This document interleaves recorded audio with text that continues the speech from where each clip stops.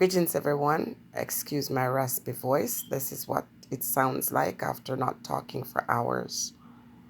Now I'm going to drop some seeds, and I am sure some will fall on fertile ground and some will fall on ground that will not allow it to germinate.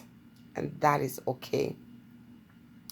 I'm really going to talk to the kind of people who are still thinking that they're here to please everybody. And as much as you want to please everybody, it's not going to happen. The important thing is that you please yourself and the one who keeps you breathing. And so regardless of the name or the identification you have with a deity or an entity, you have to understand that that must be your first priority, and then what makes you happy and what takes care of your physical and financial and your spiritual well-being. We can't change other persons. Therefore, it is important for us to change ourselves if changes is needed. And we can't always, tell people how to live their life, because what you perceive as the right way might not be the right way for that individual.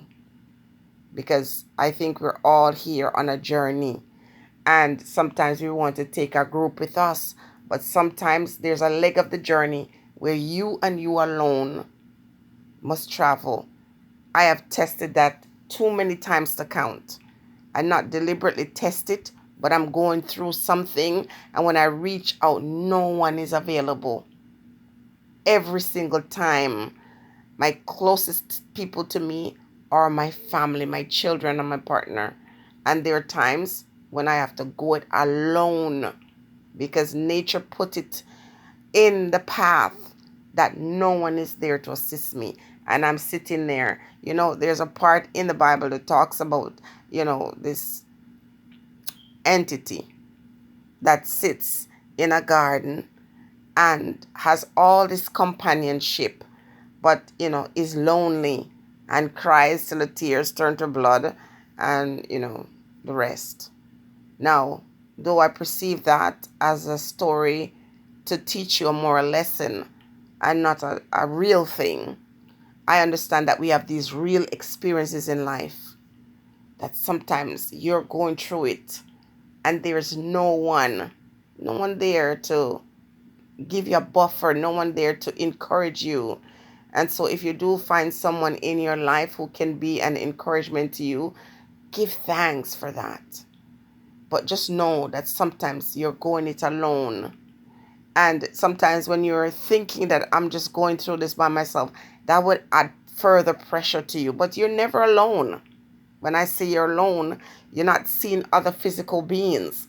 But you're never alone. You're never that far removed from a source where you can say, help me, call out, and say, please don't forget me. I'm also going to say that for people who are religious or people with a religious spirit, you are out here telling people about a creator that you claim to believe in. But when people look at your life, you're not seeing no manifestation of that belief.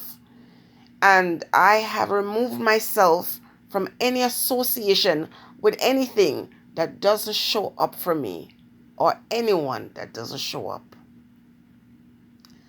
If I'm doing one thing and there is no results and there's no changes, then I've got to stop and think to myself, what am I, or who am I praying to?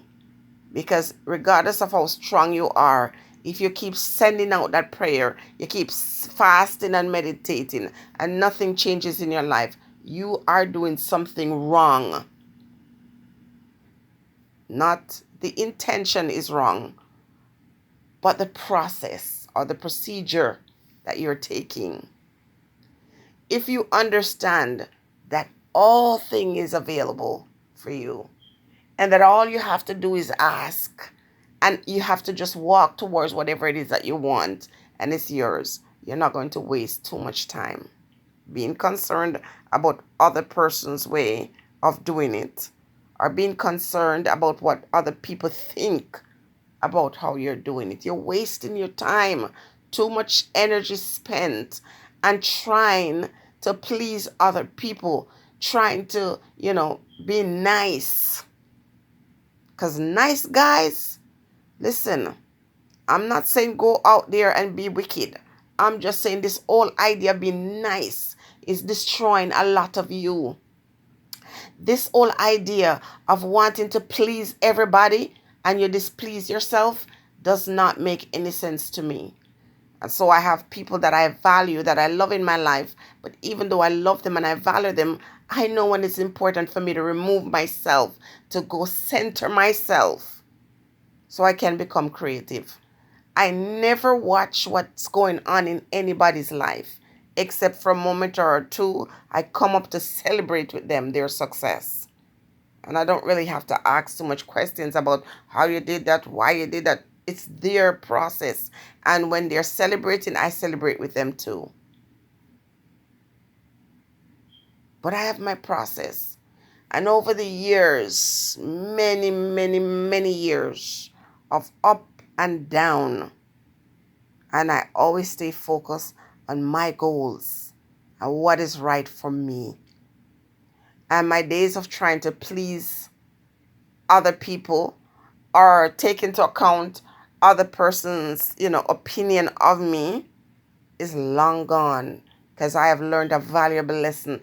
If I had listened to person's opinion of me or their idea of what I should do to live my own life, I would not have experienced some joys that I've experienced the last 15 years.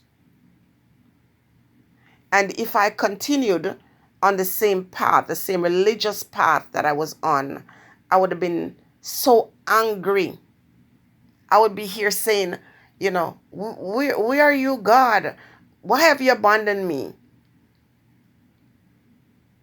Because the mindset we have about creation or the creator is what's messing us up. We need to find out the truth for ourselves. This mass thought, taking on other person's opinion, looking at stuff that was said 5 million years ago and using it in this time of wickedness, with all these kind of mind. I'm going to pause. With the kind of corruptible thoughts that exist in this world, if we're busy aligning ourselves to living our life the way other person declare it, no wonder you're suffering and you're struggling. You need to do things different if it's not working what you're doing. Okay, now a very wonderful woman in our history said, and in the comment section you can tell me who said it, I freed so many slaves and I could have freed more if they knew they were slaves. And I feel that way. When I come upon, and sometimes I stumble upon these things, and I have put them to practice and seen where it works. In amazement, it works. I'm not thinking, I wasted 10 years doing this, that, and the other based on what other persons told me. And it didn't work. Left me frustrated. And then I discovered, sometimes by accident, have you ever started cooking a meal and you miss an ingredient and you substitute that ingredient with something else and the food turns out so beautifully, becomes your trade secret? That's how life is.